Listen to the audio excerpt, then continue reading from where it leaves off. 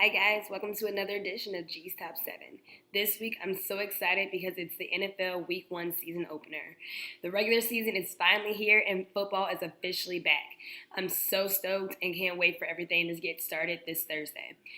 So before we get into my top 7, I want to give you guys some updates that happened around the league and the final week of the preseason. So this Saturday was the NFL's deadline to announce their 53-man rosters. So a lot of players got dropped this weekend. A lot of those players who were fighting for a spot on their NFL squads, they knew either they made it or they did not, and they were looking for a job this weekend. One of those players was Brock Osweiler, who was playing quarterback for the Cleveland Browns. He was dropped by the Browns, but was picked up by the Denver Broncos, which is kind of funny because that's the team that he originated with a few years ago. Then in other quarterback news, Andrew Luck has been taken off the PUP list, and he will play this season, but it's also been announced that he won't play Week 1 against the Rams. That kind of clears up some of the questions that were happening or concerning Andrew Luck this whole preseason. And then other quarterback news, you also have Cam Newton, who should be playing in his opening game this Sunday. And then Le'Veon Bell is finally back on the field with his team, the Pittsburgh Steelers. So he will be playing this Sunday. We'll see how he does, seeing as he missed the whole preseason with his team. And then Zeke Elliott's case continues to get more complicated.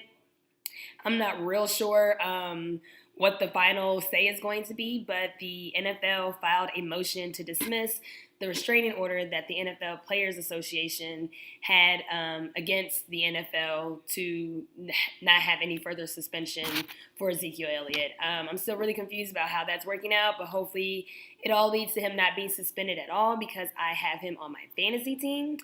And lastly, I have Odell Beckham Jr., who is still questionable and starting for his game this Sunday against the Cowboys. He did not practice yesterday with the Giants, so kind of up in the air on if he'll play or not. So for you guys that drafted him in your fantasy leagues, you know, it's kind of, you'll figure it out on Sunday. You'll know right before the game if he'll play or if he won't play.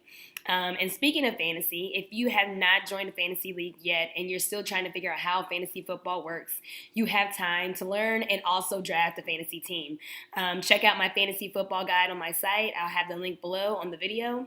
And read over it, check it out, and you have 4 days to figure out if you're ready to draft your first fantasy football team. So without further ado, we're going to get into my top 7.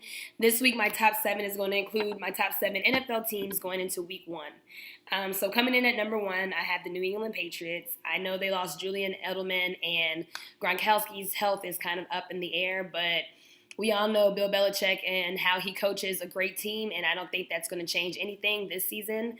So I have them coming in as my top NFL-ranked team. But coming in at number 2, I have the Kansas City Chiefs. I know this is kind of a surprise, but low-key, the Kansas City Chiefs have been building an amazing squad. Their defense is young, and they're playing really well. The offense, they have Alex Smith, and they also have what's his name, Mahomes, who's been playing really well in the preseason. So expect to see them playing great. And it's also interesting because Kansas City Chiefs and the New England Patriots kick off the NFL season opener this Thursday playing against each other. So that's going to be a really exciting game. Coming in at number 3, I have the Oakland Raiders. Last year, we saw the potential for how great this team could be, but unfortunately, Derek Carr was hurt at the end of the season, but he is back and healthy, and he still has a great squad, and he also has a new running back. Marshawn Lynch is there, beast mode, ready to see what he's going to do in Oakland, playing for his home team. So definitely excited to see what the Raiders will do this season. Coming in at number 4, I have the Denver Broncos, who have had the league's top defense for the past few years, and I feel like they still do, and I still think that they'll play great. I think their offense is going to play well. Trevor Siemian is starting.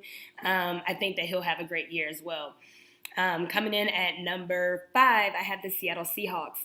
They've been kind of, in my opinion, kind of mediocre in the past few years, but I think that the Seattle Seahawks will put it all together this year, and they'll be back to the elite squad that we've been used to seeing them play as.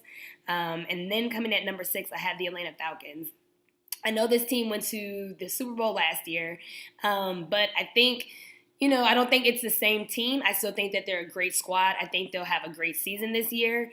But I'm still putting them in my top 7, but I think that they're not as great as they were last year. Still expecting them to have a great season, but I don't know if I have the Super Bowl predicted in their future this year. But anyways, ending out my list at number 7, I have the Minnesota Vikings. That defense, again, it's going to be awesome with Zimmer as a head coach. You guys are going to see a great defense for the Minnesota Vikings again this year. And also they have the new addition with Dalvin Cook as their running back. I think this rookie is going to do great numbers this year for them. So, yeah, that's my top 7 list of NFL teams going into week 1. And I'll see you guys next week with the wrap-up on how the first week of the NFL went. See you guys later. Bye.